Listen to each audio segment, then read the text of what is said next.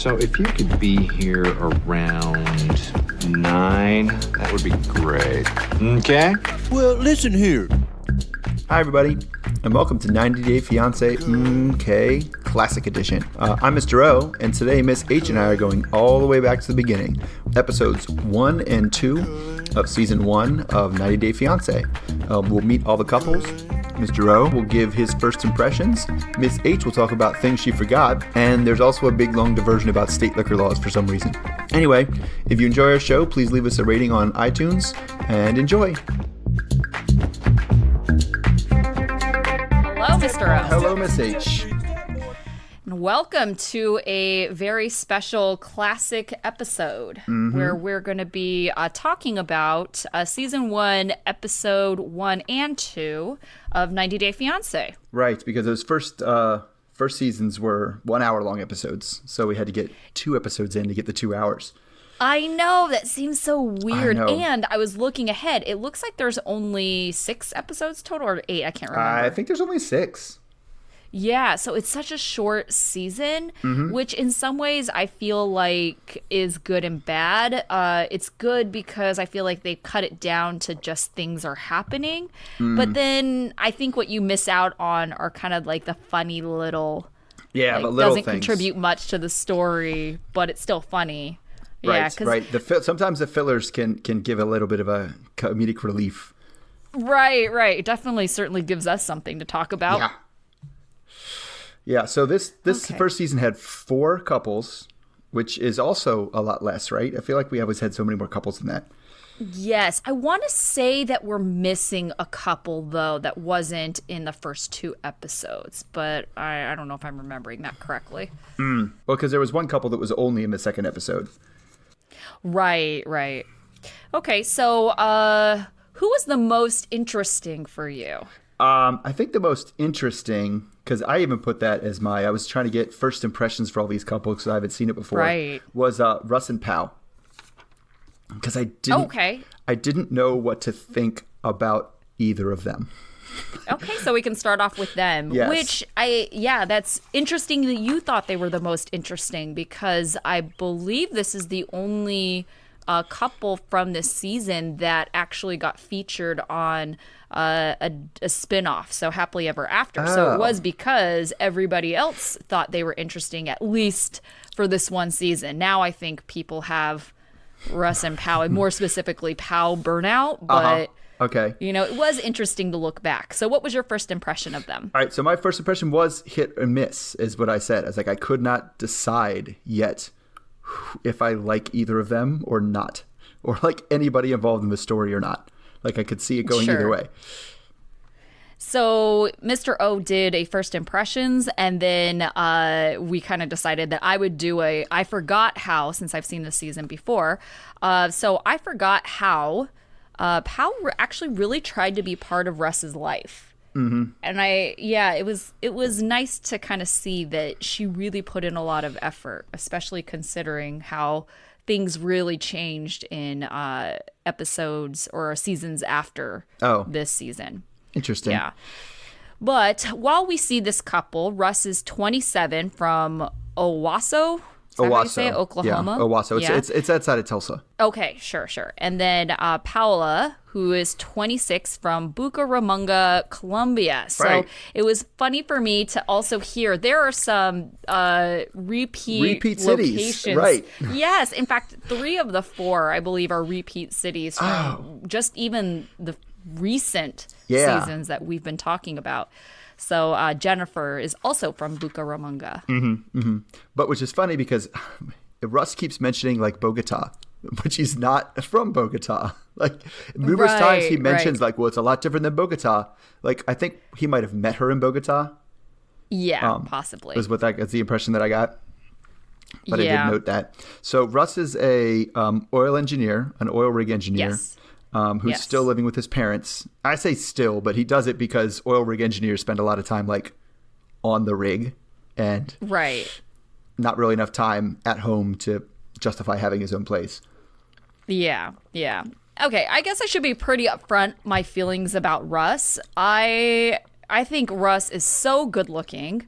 He is definitely my type, and I think it helps that he seems to be one of the more educated of all the, the Americans we see on the show. He certainly can have a career outside of selling poop tea and being an Instagram influencer and selling cameos. So I have a lot of respect for Russ. And even though Pao is very beautiful, and I know arguably so, people have Pao burnout, so they'll hate on how she looks. She is a very beautiful lady. I find it to be a somewhat odd match. Okay, I can see it. He seems, it's an odd match in that at least the first impressions of Russ, which I agree with most of that. He is a very good-looking man.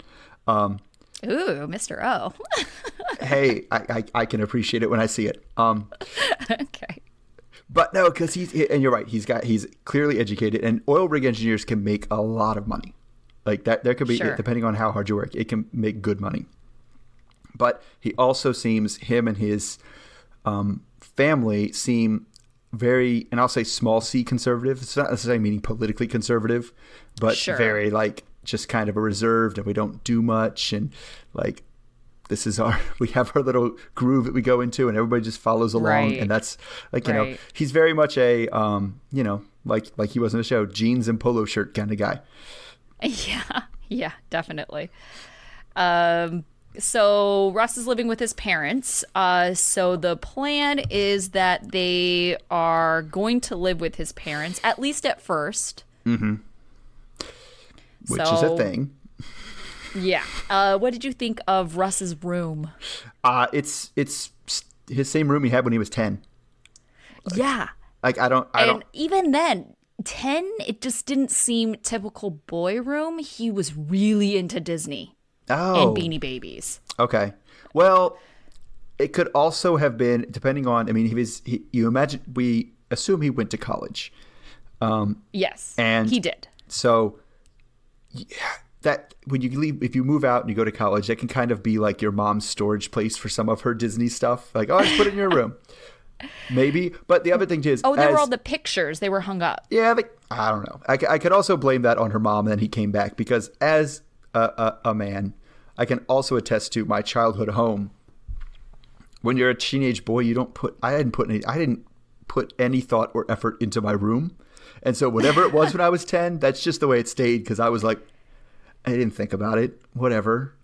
I pretty much just came into my room and fell into my bed and then got up and left. Sure.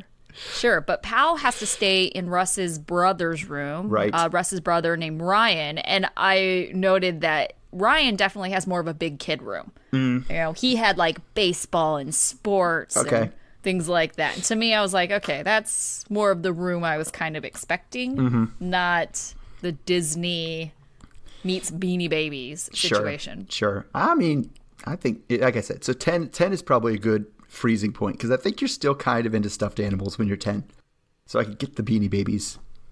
Yeah. Right? But it was just weird that they made him do that, because like of all the couples that we saw, like they were the most horny for each other. Like as soon as they saw each other, by far. Yeah. I mean, that's why they slept in a hotel the first night, right? Yes. Yeah, she was not about sleeping at separate rooms. But I can kind of see where his parents are coming from, because you were saying you thought they were very conservative. My parents are like that too. And they're very much like that. I think they only started letting my sister and her husband sleep in the same room after they got married. And I'm just like, come on now. See, my parents usually make the changeover. If you're engaged, they're like, all right, fine. Like you're engaged. Yeah. So let's back up for a second. So Russ picks up Pao from the airport, and he also has kind of like a banner. Sign. Yeah. So I think they're definitely, what I thought was funny about this season, and I forgot about this, was that they all made kind of a big deal about meeting them at the airport and had flowers and things like that. And considering situations like Colt just showed up with nothing. And Larissa's like, where's my flowers? So Pal thinks she's really lucky because Russ is a gentleman, thoughtful. And I was like, yeah, he is. Yes, you are lucky. Yes. You are very lucky. Did you see that haircut? That was a very thoughtful haircut he had. Oh, goodness. I mean, that is the one thing. He does clearly put a lot of effort into his appearance. Like he kind of he wants to make it look like he doesn't, but like with that haircut, that fade, you have to get that cut like every other week in order to maintain that fade. Right. Yeah, I would not necessarily expect that from someone from Nebraska to be that, concerned with fashion and appearances, like you said. But Russ is definitely, that is one thing I think that he could work on is his haircuts. But that's his haircuts through the years have been odd. Oh, I've just seen this one, so. Yes, they get weirder. Yeah. I would say this actually is probably one of the better haircuts he's had. Oh, yeah? Interesting. Yeah. Interesting. Right. So Pal wants to make a good impression on his parents, so she decides to dress like she's attending a funeral. Right, all black. Well, they said conservative, and that's as conservative as you can get. Right. She was that. I think this is the most covered up I've ever seen her. Yeah. Okay. Ever. She is all about exposing herself anytime she can, and so I thought it was really sweet. She actually cared a lot about what they would think of her. Mm-hmm. So she tries to dress in a way that would be pleasing to them. Right. Well, at least, yeah. What she could best get at. But it was funny because like the mom was like in jeans and stuff, right? Right. Like she was still in a dress. Yeah. Patty doesn't care. Well, yeah. Patty wouldn't notice, but I think Patty would notice if Pal was dressed how she normally is. Yeah, like boobs out. Yeah, like when they went to the cowboy boot store later. Oh goodness. Which we'll get to.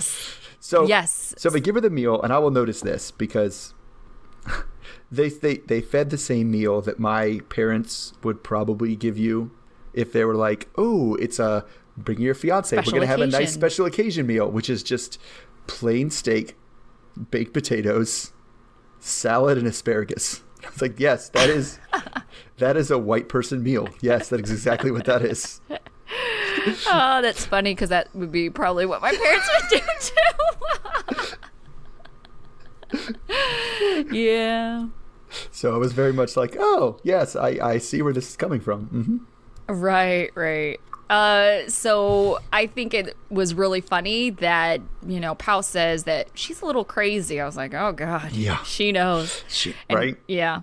Yeah, she knows. And then Russ says he's worried about Pal's pissed off face because she can't hide her emotions very well and she just has this look. Well, I definitely feel Pal's pain with not being able to hold your emotions because I'm the same way. Like my emotions are on my face all the time. Yeah, and I feel like I've been accused of that. And like, so I get what she's coming from. And I also getting not wanting to have to learn to make that pie. That did not look like a good pie. It was so gloppy and soupy. And they didn't even say what kind of pie it was. Like, was it cherries or rhubarb? I could not tell what it was. Whatever it is, Pal was going to have to learn how to make it. Uh-huh. And she was Patty not about that. Holding on to that recipe like it's, top secret. And Russ demands it. So the tradition must move on. Right. Yeah. So they go to brunch. Mm-hmm. Brunch. It was a new word for her. Right. She should definitely learn that word. Right? She would be into brunch, it seems like. Yes. Well, maybe not as much because tequila. Well, if he somehow made a morning drink with tequila, I'm sure she would be really into brunch. It's called a tequila sunrise. It's tequila and orange juice. Oh, okay. Yeah. So she would be into it. Yeah. I actually never knew what was in tequila sunrise. I just learned something right now. Yeah, tequila isn't exactly my alcohol of choice, but I am really into mimosas and Bloody Marys. So I'm all about the brunch. So Ryan, Russ's brother, is talking to the friends before Russ and Pal show up, and they kind of, ask him about how is Pal, and Ryan says, Russ did a good job. It's like, oh my gosh. It's From a gross, guy's right? perspective. Well- 100% from a guy's perspective. Yeah. Because the girls look like total haters. Like, if you notice, it was like either the girlfriends or maybe the friends that are girls were with them. It was kind of a bigger crowd, like maybe 10 people were there at the brunch. The girls were not about pow at all. No, because the guy, it was very much, it's a gross way to say it, because it was definitely like, oh, well, how is his new fiance? And he's like, well, she's really hot. That's basically what that means, which is not a good way to introduce, a woman to another woman too. Like, tell me about this group. Tell me about this, your fiance. And it's like, well, she's hot. And it's like, oh, I see. But I kind of had suspicions too. Like, Russ is a catch. Like, I kind of feel like some of these girls were like, oh man, Russ has someone. Right. Well, they were going for Russ, and they ended up with Judson. I don't. Oh God, I know, right? The friend. Judson. You go after the hot guy, and it's like, it's the friend. The friend. Eh. Yeah. So I'm not sure. In that scene, they kind of, it seemed like the editing wanted to make us look like she was like really, really drunk. And like everybody was like, oh my goodness, I can't believe she's so drunk. I don't know how drunk she actually was. No, because I feel like she was just saying she was drunk more so than she was acting drunk. Right. Yeah. She was like, oh my gosh, I feel so drunk. Oh, I haven't eaten hardly anything. This is bad. I kind of noted that they all seemed very prudish with alcohol. So much so. Yeah, and then I was like, okay, Nebraska is not that far away from Oklahoma. Okay. And here you have, Anna from Anna and Marcel saying that drinking is a huge part of American culture. I don't know. I still feel like it is, but Oklahoma is like, they're right. No, they're not next to each other. It's 2 states away, but they're both plain states. Middle America. They're both plain states, but I feel like Oklahoma is like wannabe Texas, and Nebraska is not. Nebraska's like, no, we're Texans corn. And, drink. oh, they do. I don't know. I don't think they drink as much as the outs. I actually looked up like the liquor laws for Oklahoma, just as I was like, I do think that does give you a good idea of what the views are of drinking in the state. Because they do have the no sales on Sunday. Okay. But it's also weird because sometimes it's a money issue, and the state like has ABC stores, where the liquors say, but that's because the government wants the cut, not because they're, more prudish about alcohol. But it's not like there were any dry counties or anything like that. Right. I find that so hilarious. So I lived in D.C. for a year, fairly recently.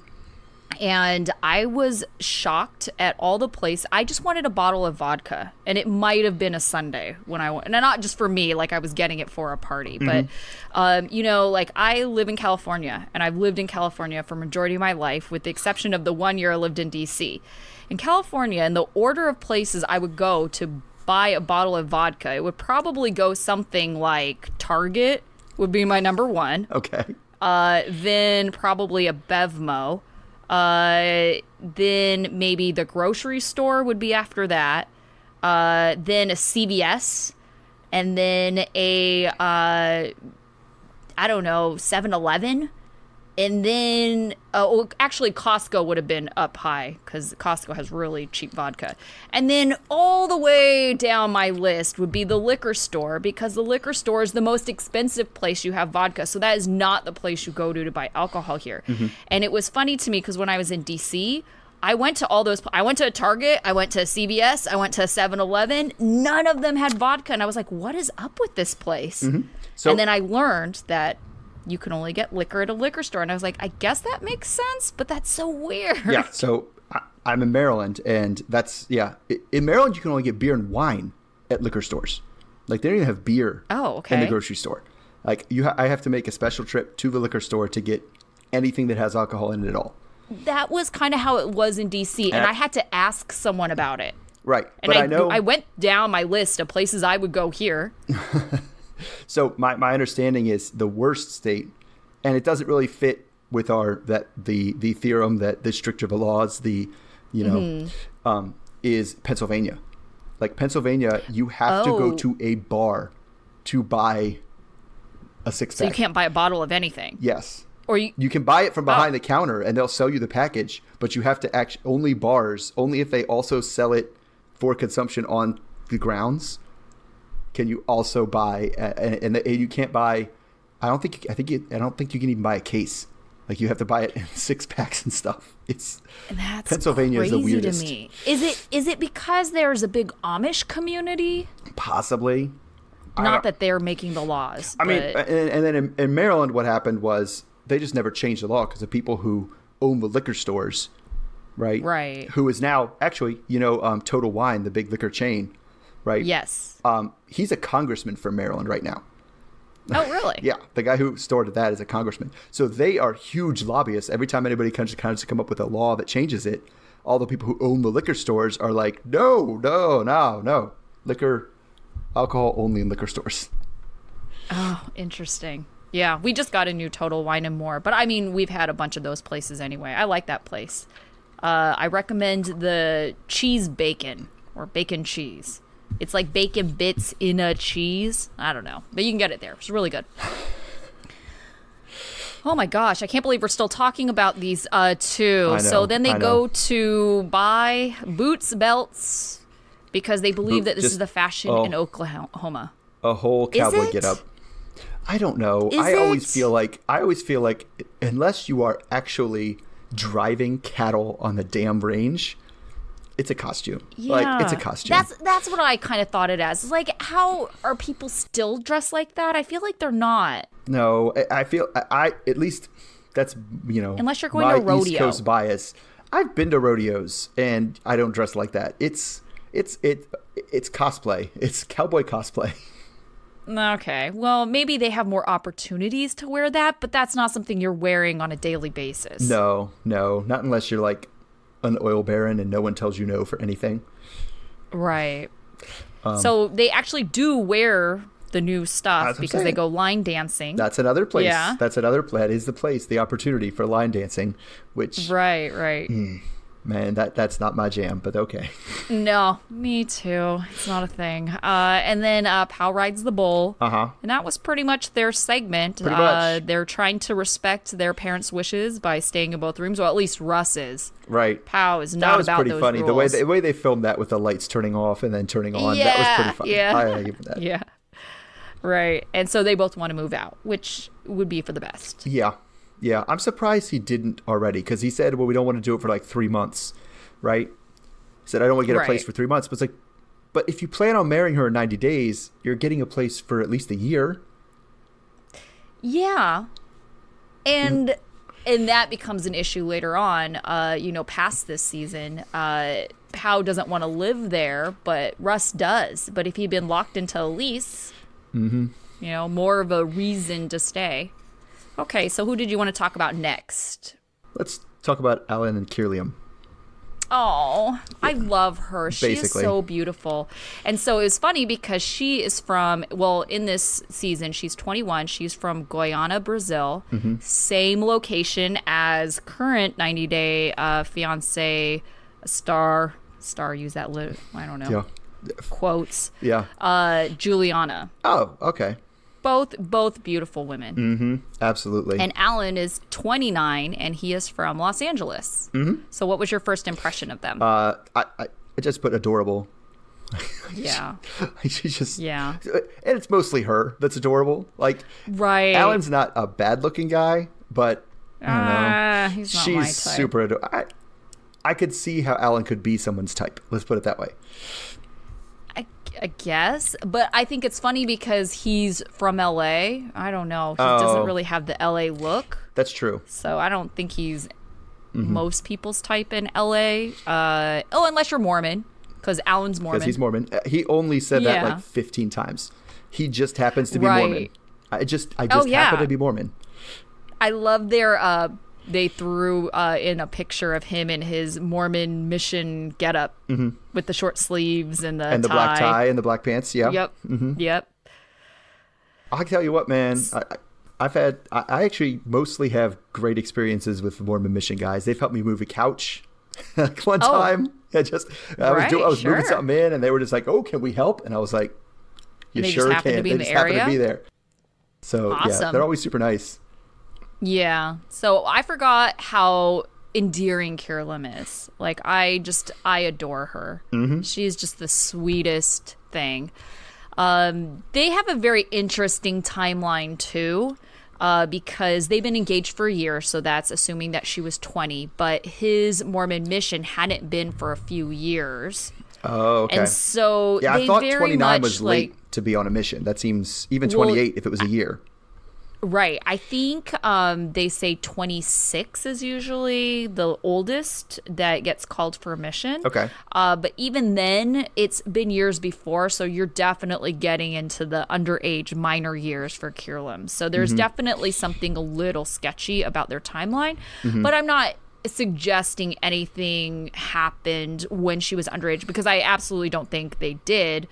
I mean, they have a chaperone. I mean, we'll get to that. Yeah.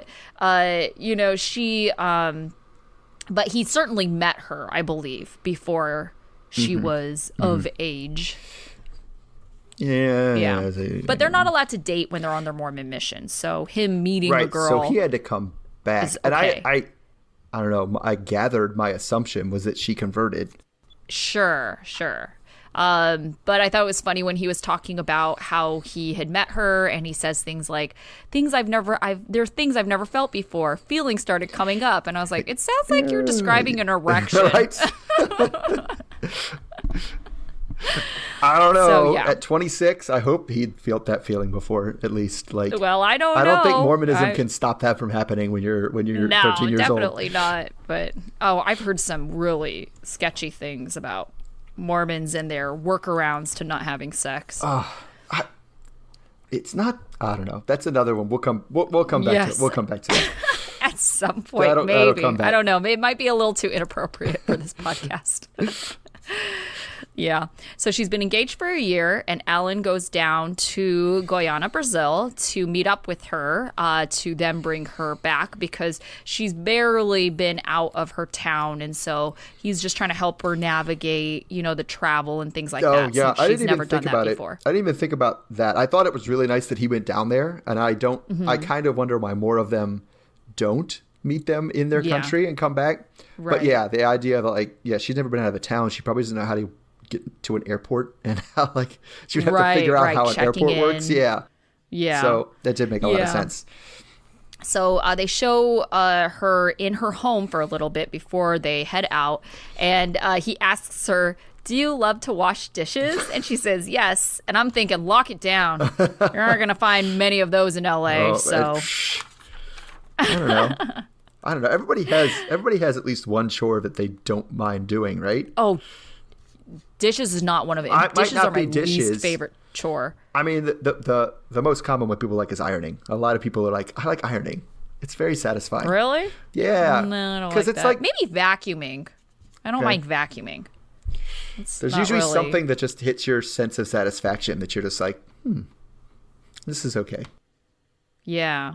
Hiring the people on Handy, that gives me a sense of satisfaction. Okay, so he's concerned for her because he thinks that it's just a lot of changes at one time. And, he recognizes that even though they speak semi-conversational, somewhat fluent, he is worried that her English isn't better for her living there. Yeah. So... I mean, and he also seemed to speak pretty good Portuguese. Right. And I think missions are usually 2 years. Yeah. So he's had 2 years of being there. So right. And I'm sure when they do that, it's not like, in the newest season with, what's-her-face, Emily not being able to speak Russian. If they're there for the mission and they're there, to proselytize, then you have to learn the language. And it's something I'm sure they emphasize more. Yeah, they definitely go to some kind of boot camp situation before they leave on their mission. And so I'm sure they do a language crash course. So at least you start off being somewhat conversational. Right. And then while you're there, and I mean, 2 years is a long time to be fully immersed. I'm sure he speaks a decent amount of it. So I thought it was really cute how he is labeling everything for her. Right. And yeah, because I think this is a couple that has a plan. And I mean, maybe he learned this when he was learning Portuguese, but it's these are like the small things that you have to do to really help you learn the other language. You know, like if we're thinking about current day, Anna and Marcel, they are doing absolutely nothing to like learn each other's languages. But I felt like Alan is actually having a plan in place to learn help her learn the language.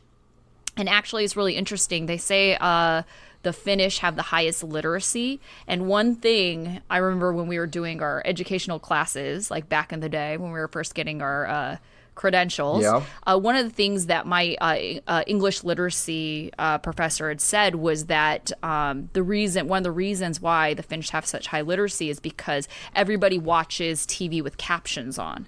And so being able to read while you're listening really helps that literacy. And I think we would have a lot of, I mean, I watch captions now, but it's mostly because my hearing is going worse, I feel like, in some ways. But I think it really helps also pronunciation of words, like pronouncing it correctly. Right. Like I'm like, oh, that's how you pronounce that, you know, like hearing someone and then being able to read it as well.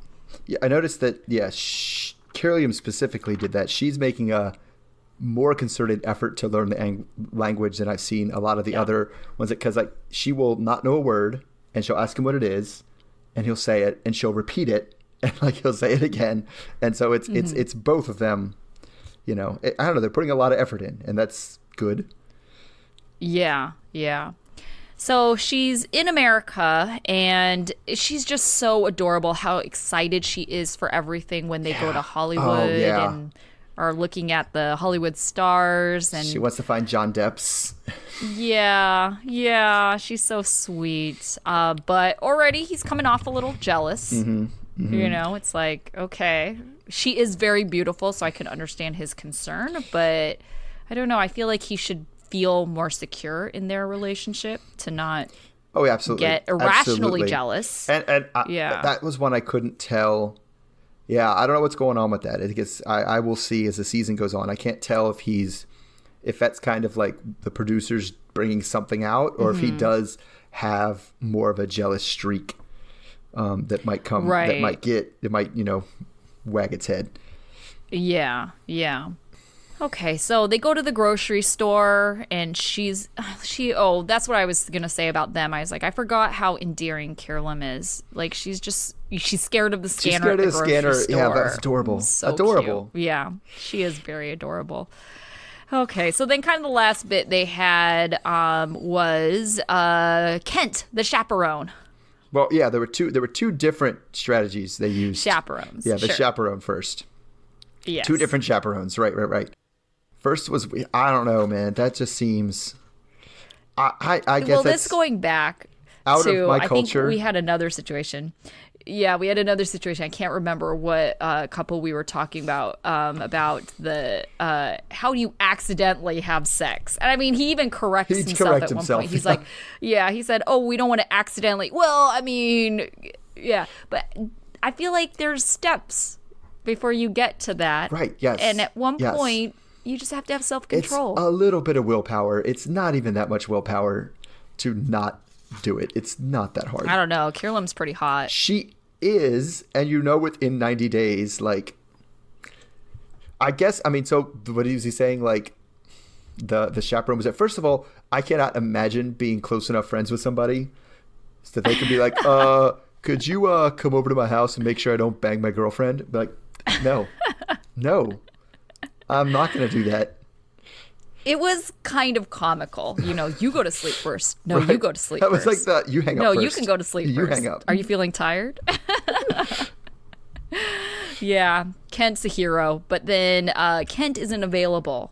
So then they have to send Carolyn to his parents' house. Right, so she can sleep on their couch. Yes. I felt bad because, I'm sure now she's feeling a bit uncomfortable. Yeah. It's weird to sleep in somebody's couch, like in their living room. Like, there's no door, and like that's right. And your in-laws that you don't know very well. You can't communicate very well with. Don't speak your language at all. Right. So then she says she feels alone. Yeah. Yeah, Poor thing. yeah. I mean, she did that when she left her family, and later, like, she really does seem to care a lot about her family and Yes. misses her family. And that's another thing I wonder if that's going to be a larger issue moving forward. Right. Okay. What's next? Let's do Mike and Aziza. Okay. So she is from Volgograd. Thank you, Again. Mr. O. I can finally say it. Well, it also helped that I saw it written That out. you- So kind of uh-huh. going back to that, seeing it and hearing it Yes. helps. Yeah. So she is from where Emily and Sasha are from or living, at least in the current season. So she is 20. Mike is 31 from Cleveland, Ohio. From Cleveland. What was your first impression of them? So the phrase that I wrote down was out of his league. Really, you think? So I said I forgot how weird and awkward Aziza is. I Sure. don't think she's a prize. I'm just saying. That doesn't still mean she can't be out of his league, because Okay. Mike is really not my favorite person. Okay, so Mike is a technical support guy at a municipal court, and Aziza is a student with no money. They met on a language learning website. So Mike spent 6 days in Volgograd, and then he decides to make the wonderful life decision of refinancing his house so he can afford the expenses in their relationship. But I couldn't tell. It didn't sound to me like he was directly sending her the money.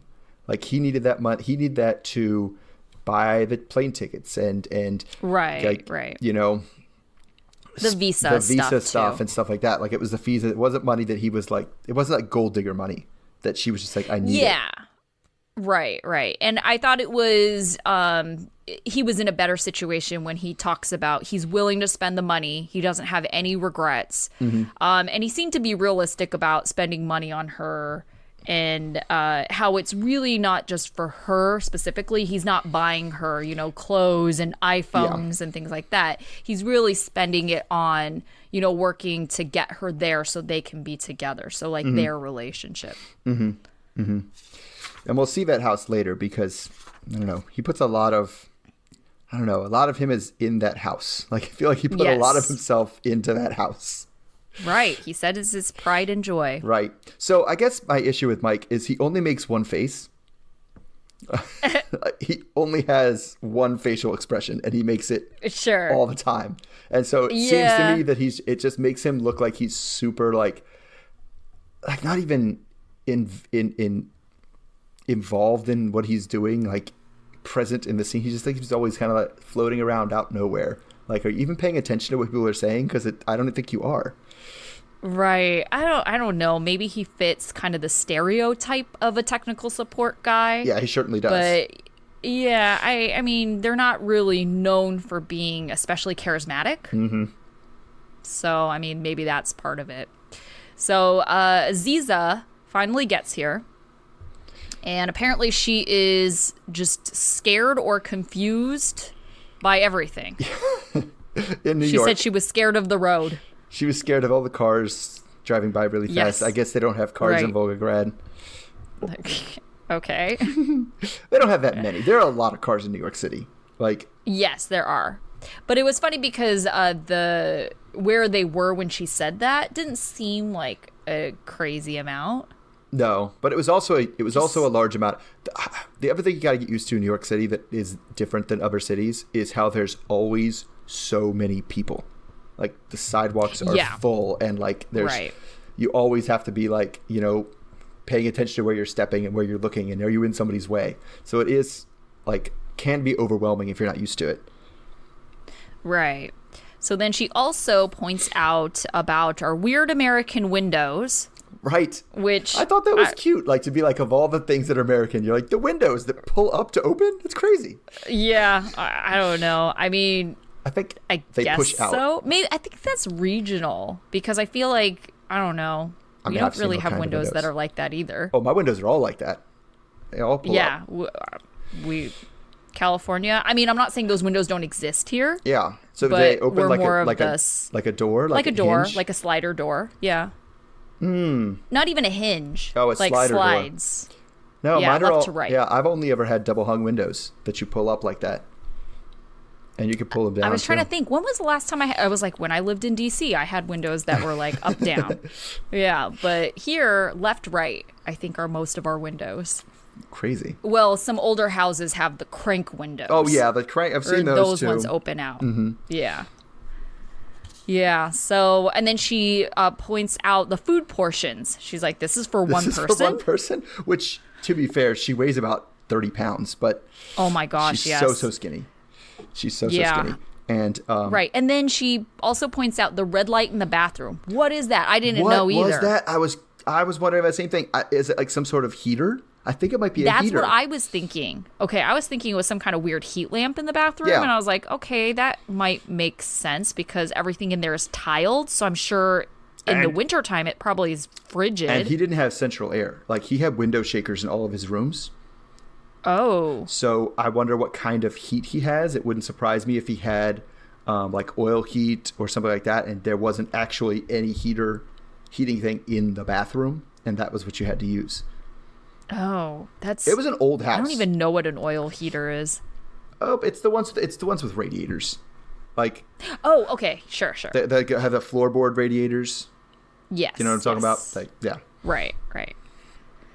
Okay, so they said it a couple times. Maybe it was because both the episodes were merging together for me that they have not been intimate. They said it a lot of times, and like it was like Yeah, every that's what I thought. single night that passed, the producers were like, Right. Did you have sex yet? Did you have sex yet?" They're Like, no, we have not had sex no." yet.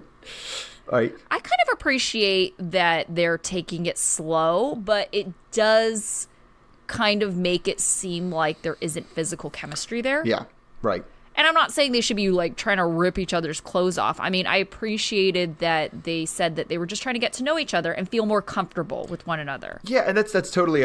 It's not. I wouldn't say it's not normal, right? And it is totally reasonable to be like, yeah. If I feel physically awkward around someone, like sleeping with them right away is not a good idea, and you should be patient.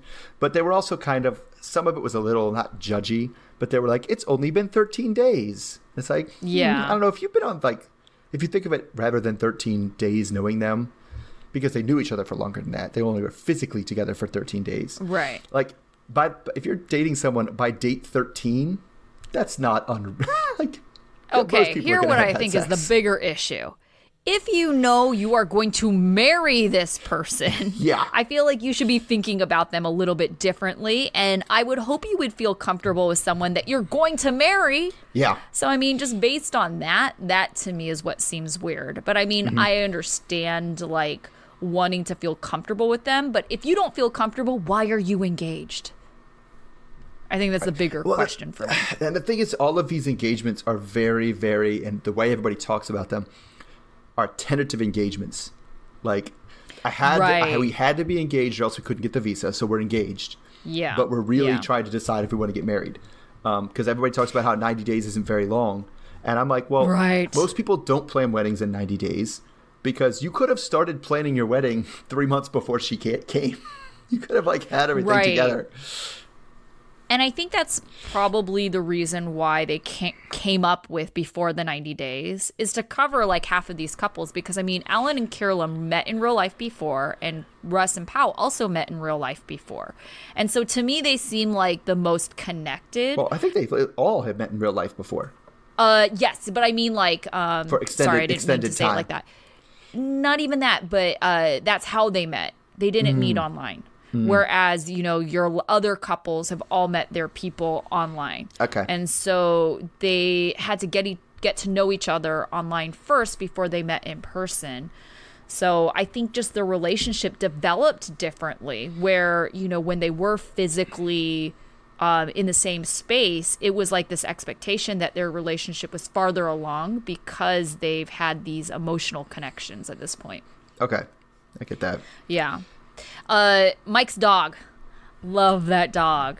Yeah. Sweetest face. Yeah. So cute. Always have a shout out for a dog. Okay, so then we have the parents. I thought they were so nice in that they gave her that gift basket at the beginning to make her feel welcome. Yeah, that was really sweet. So then they go to dinner with the family. Yeah. And here is where it starts getting, she's weird. Yeah. I mean, it's a weird hang up. It's a very, and I don't know, like, given how skinny she is, she clearly has some sort of eating disorder, right? Right. Yes. I kind of got that too. Or at least an unhealthy relationship or view of food. Right. Where it makes her do these weird things. Right. But they try to feed her like it's a cookout type food. It seems like potato salad, hamburgers. And she just doesn't eat literally anything at all.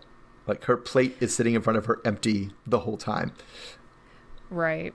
And I think what made it more weird is how she was acting. You know, if she had been engaging in conversation with them and been like, you know, trying to befriend them or get to know them, I think it would have been less weird. But she made it more awkward by acting distant, like playing on her phone. I wonder. She was kind of rude. I wonder if it kind of goes the other two. So she didn't like people watching her eat, is what the official explanation from Mike was. Right. Because she thinks they'll gross people. I wonder if she is grossed out by other people eating. And like, so she was sitting there really uncomfortably like, okay, this is gross. Oh my God, this is unbearable. And she's just trying to get through it while sitting there. And it makes it really hard to have conversation. It's an interesting theory. I would be more sympathetic to her if that was truly what she thought. But the mom takes really, which bothered me because, like, yes, she was being weird about it and she couldn't really explain it, but Mike knew, and Mike knew what was going on, and he like didn't stick up for her. He didn't be like, oh, well, actually, this, and this, and this is not a big deal. Don't be offended, Mom. This is like, it has nothing to do with you. Like, he should have stepped up. Yeah, I agree. And I feel like he's the one who would know she has a weird food thing, not her family, like not his family. So why doesn't he suggest they do something else? Like, let's go bowling. Right. You know, then you can snack on something, but it's not weird if you don't eat in that scenario. Yeah, no, that's true. Yeah, because you're right. He knowing that she had a weird food thing brought her to a cookout. Yeah. Yeah, where it centered around food. That didn't really make much sense. So, no, Mike. Okay, so last couple, we have Lewis and Aya. Lewis is 33 from Indianapolis, and Aya is 30 from the Philippines. What was your first impression? I'm going to chant it. Defense. He was so defensive about everything. Yeah.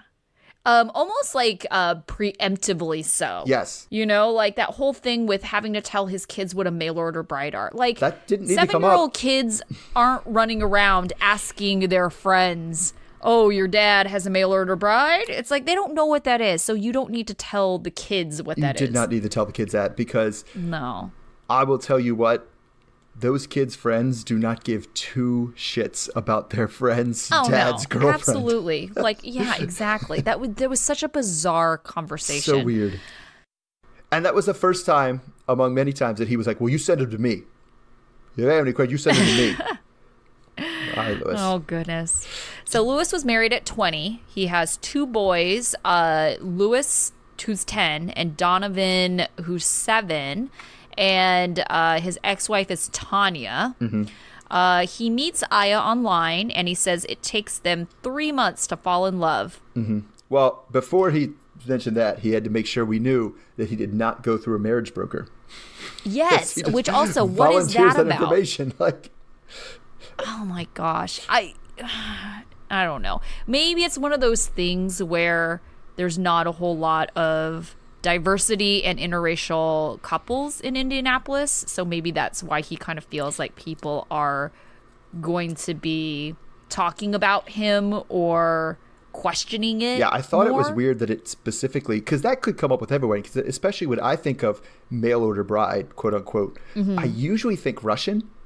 I do too. And like, so that didn't come up in Mike and Aziza, but it came up in this one, specifically the phrase mail order bride. Right.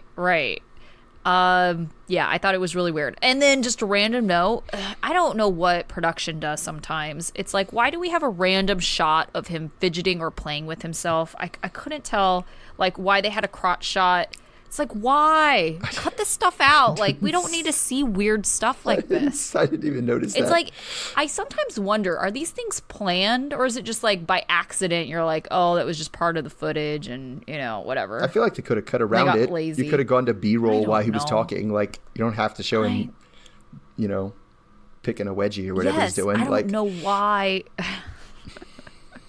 Oh, production. Why do you do this to us? Yeah. So, I'll call him Baby Lou. Baby Lou is kind of funny. He, you know, has to correct his brother Donovan when Donovan says he's got the wrong age. Donovan does not seem like the sharpest kid. And then Baby Lou keeps on telling his brother to talk. He's like, well, talk. So I thought he was really funny. And I thought he was also really sweet because he says that he will try to be good for Aya. Right. Which I thought was nice. It is nice, but it also speaks speaks to the way he usually is. I don't usually try to be good, but I guess I'll try to be good. When Aya gets here, I'll give it a shot. Right.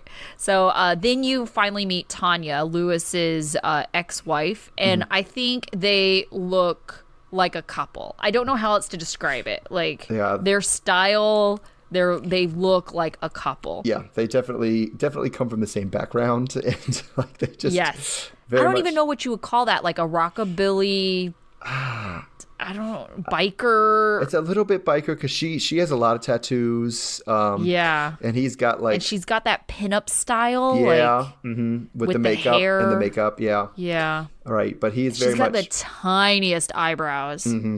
Which means microblading, girl. Do it. I don't know what that is.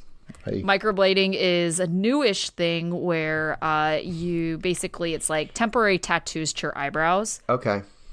Yeah, to make them like darker, shape them. Okay. You know, so she needs that. Microblading. It's a thing. Yes, so I said Tanya is suspicious, and then I said I'm suspicious of her eyebrows. Right. I wasn't, at least the way they made it look, I wasn't a big fan of Tanya. No, I wasn't really either. She seemed, and this is probably part of the reason they ended up divorced, like, she really seemed like she was acting like his mom. Like, and he really seemed like a guilty son. Like, when she's questioning him, he's like, gee, Mom. All right, you just don't Mom. understand. Yeah. They're just ignorant of what it is. Like, and so that was a dynamic that I was like, Yeah, he definitely got defensive and heated when Tanya was asking him. And I kind of wondered if he came up with all those other preemptive speeches to the boys because of what Tanya was saying. True. You know, because she's the one who brought up, you know, mail order bride and stuff like that. Again, why are people, she was like, well, people are asking me about it. Why? Why are people asking her about it? Who people are asking you? Exactly. I feel like that's just something you say when you want the answers. Right. Yeah. Well, my friend said this. Like, what friend is like, my friend was wondering this. I'm demanding questions about your ex-husband's new girlfriend. Like, what? Right. Like, if you have a sympathetic friend that you're like complaining to, yeah, but like, we're just going to come up to you and be like, I demand answers. Please tell me about your ex-husband's new relationship. Yeah. So Lewis says he won't marry her if the boys have issues with her.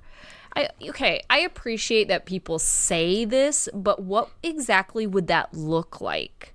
You know, like, sorry, I'm not going to marry you, so you're going to now have to leave the country. Yeah, it's your figure out your own way back. Bye. Yeah, it's very much like, sorry, this 10-year-old boy didn't like you. You're deported. Yeah. So that is a thing. Which, kind of going back to Mike and Aziza, I thought it was really smart of him to book her a round trip ticket. Yeah, I did like that. Yeah, because it was trying not to put pressure on her and to make her feel a little bit more comfortable. Like, you're not stuck here. Right.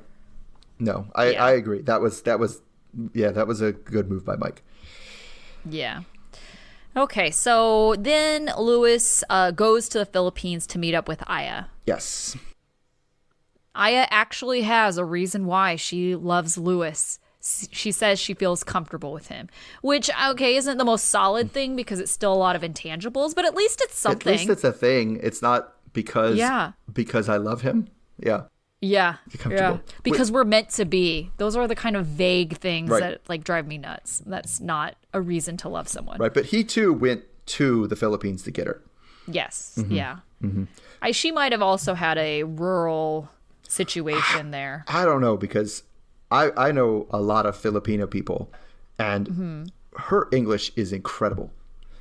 Oh, yeah? Really, like her accent. She barely has any accent, and like I know plenty of people who speak English fine, but there's usually at least some sort of accent. So I was really impressed with, we didn't see her very long, but yeah, her English was really, really good. So it makes me think she isn't just, been in a rural. It is more of a rural part of Philippines that she's from. Like she's not from Manila. Yeah, yeah. But yeah, so that made me question that. Right. I liked that they were age appropriate. In fact, most of these couples are age appropriate. I guess the only one that broke half your age plus 7 is Mike and Aziza. Yeah. Yeah. Because Mike is 31 and Aziza's 20. But they're right. And then Alan and Kirlam have the questionable timeline. Right. But currently it they're fits, fine. Yeah. Yeah. And Lewis and I are 33 and 30. So that's more fine. age appropriate. Yes. Yeah. So.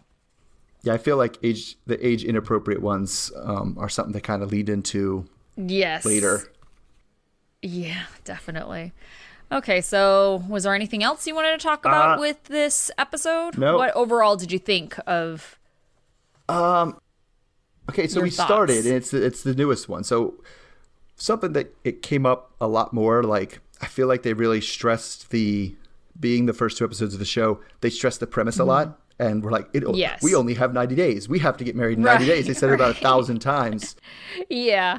Which I guess, goes away in the later episode. Yeah, everybody knows what's up. Like, we know that. Oh, I actually don't think it goes away. Oh, it doesn't? I think they're constantly saying, or at least some variation of that, like 90 days just isn't enough 90 time. days isn't enough time. They could call that the name. That you just call that the show. 90 days just isn't enough time. Right. Actually, that's true. But I think that's most seasons, you have couples that are constantly saying that. It's just not enough time. Mm-hmm.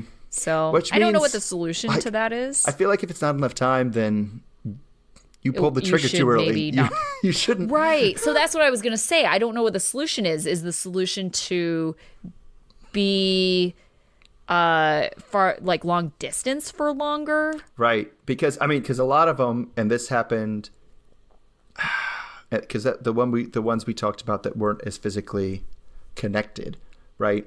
Yeah. They come over because they couldn't get another visa, right? And that happened. It's happened in the current season too, right? They couldn't get a visitor visa to come and hang out for, a month or 2 and then go back. And then you visit, like they kind of lost their time and they can't get here any other way.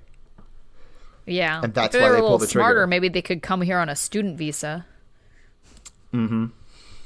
Speaking of which, I think they are trying to cast right now for a college edition of 90 Day Fiance, where they're trying to look for couples where the one person was here on a student visa, but then they have to leave now because their student visa's up because they graduated. They're not in school anymore. And so now they're getting married to someone they met while they were in school. Oh, I don't know. So, yeah, we'll see if they I don't know about get that. enough couples for that. I don't know about that. I'm okay watching, people in their 30s make dumb mistakes. I don't know if I'm going to be okay with, 20-year-olds making dumb mistakes. You're so young. You have your whole life ahead of you. Right.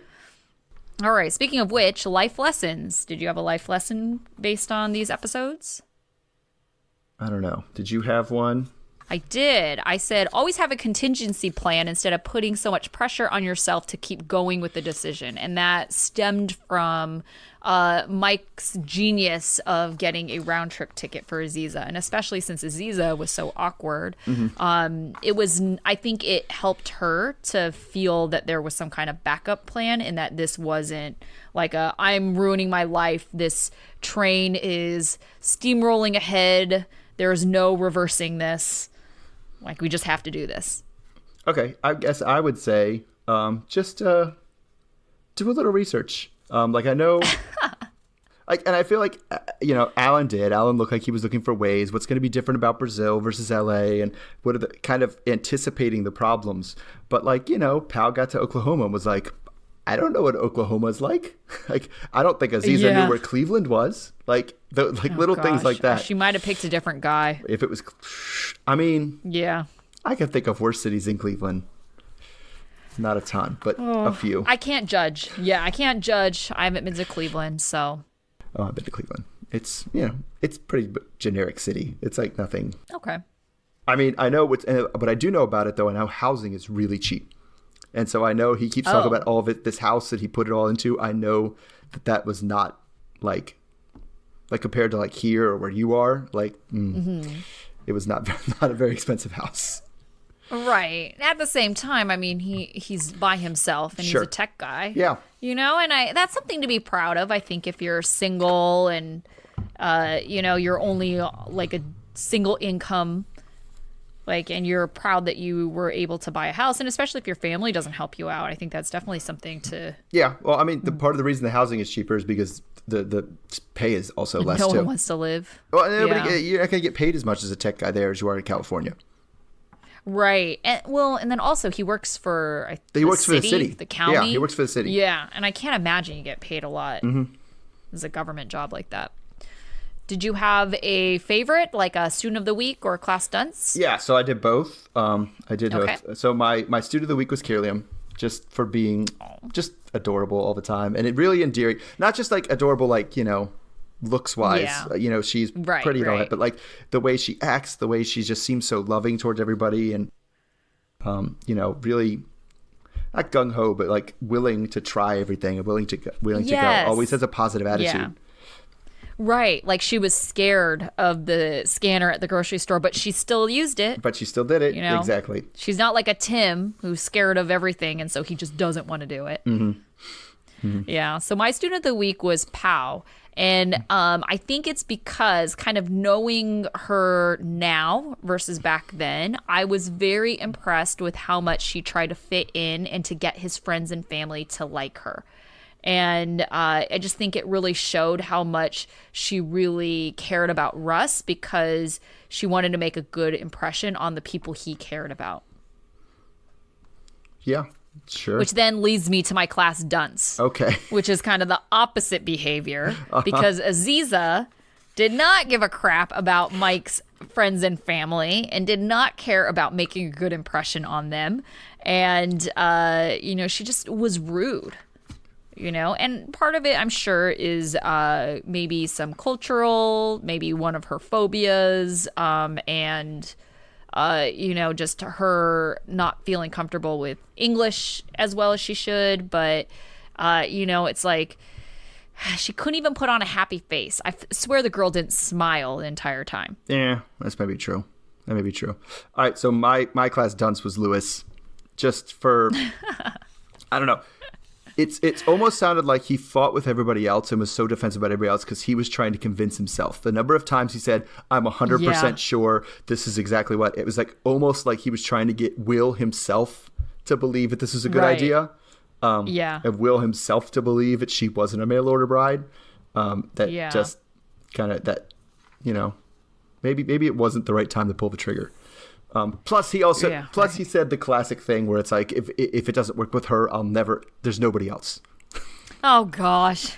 We don't need to hear that. I mean, come on, Lewis, you're what? 33. You will love again. You'll be fine. These people, it's so funny to me. Like, this is my last chance at love. Yeah. It's like, is it? It's like, if you feel that low self-esteem about yourself, that no one will ever love you again after this. Yeah, you really need to work on yourself and not there. on finding somebody. Right, because I think like the desperation causes you to make like not so good decisions, not so healthy decisions for you. Absolutely.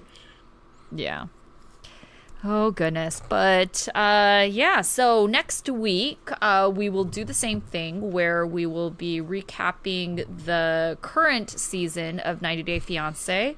So that episode will be released on Monday, and we will have a classic episode again on Thursday where we will recap season 1, episodes 3 and 4. So if you'd like to follow along, I believe that this season is available on Hulu and on TLC Go app.